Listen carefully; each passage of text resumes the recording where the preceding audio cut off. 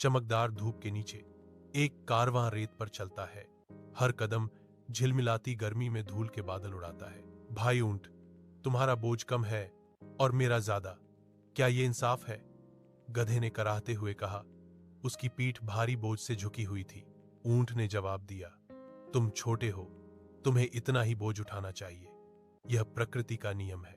निर्दयी सहारा के सूरज के नीचे एक थका हुआ कारवां आगे बढ़ता है। हवा दमनकारी गर्मी से झिलमिलाती है। एक बोझिल गधा लड़खड़ाता है। उसकी गुहार विशाल शून्यता में गूंजती है। मित्र, कृपया मेरा कुछ बोझ उठाओ, मैं गिर जाऊंगा। ऊंट ने तिरस्कार से कहा, मैं तुम्हारा कमजोर बोझ नहीं ढोता। उसकी आकृति आगे बढ़ती है, गधे की दुर्दशा के प्रति उदासीन। विशाल सहारा आकाश के नीचे एक थका हुआ कारवां रुक जाता है।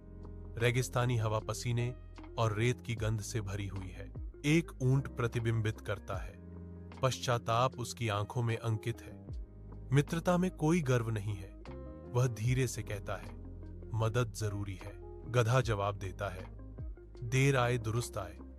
उम्मीद है कल तुम एक बेहतर दोस्त बनोगे।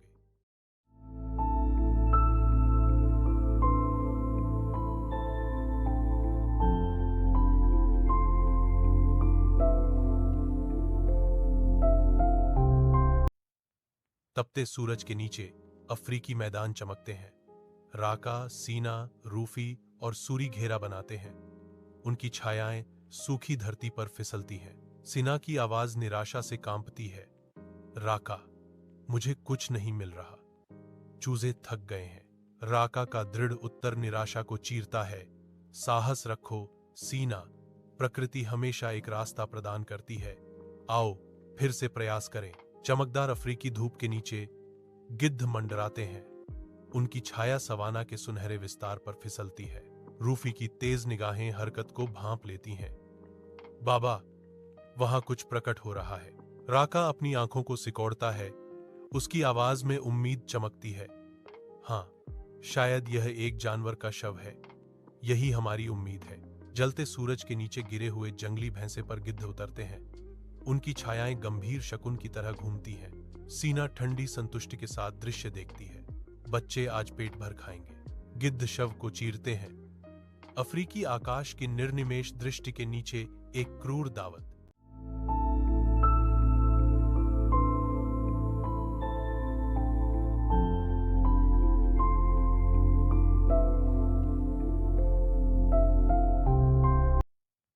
एक पुरानी इमारत खड़ी है जो एक जीवंत हरे भरे जंगल के बीच में मौसम से तबाह और जीर्ण शीर्ण है।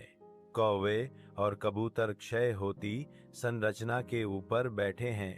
उनके सिलहूट आकाश के खिलाफ स्पष्ट हैं।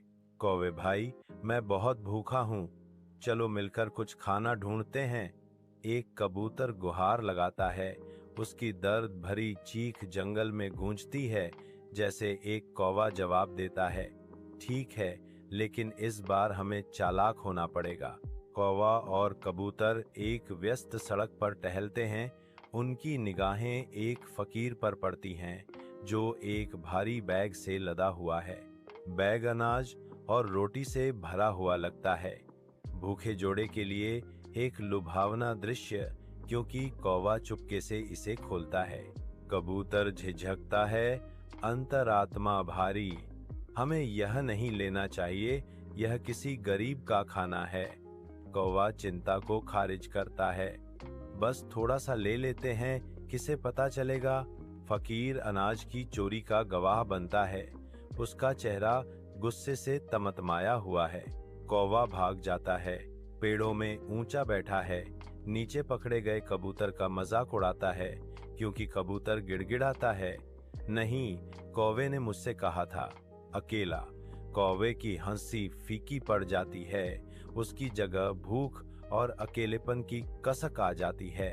जैसा कि वर्णन में देखा गया है, कौवा सोचता है कि शायद चतुराई हमेशा अच्छी नहीं होती।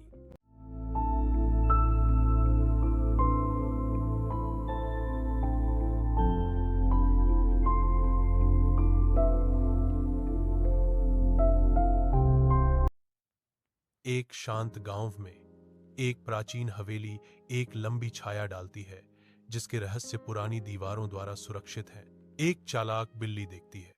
एक धूर्त मुस्कान उसके होठों पर खेल रही है, क्योंकि वह एक टोकरी में बचे हुए लुभावने दूध को देखती है। एक मासूम चूहा हिचकिचाता है, पास में छिपे खतरे से अनजान। अरे वहां, भाई चूहे, तुम अकेले इतना दूध नहीं पी सकते, चलो इसे एक साथ साझा करते हैं, बिल्ली ने फुसफुसाते हुए कहा। उसकी आवाज झूठी दया से टपक रही थी।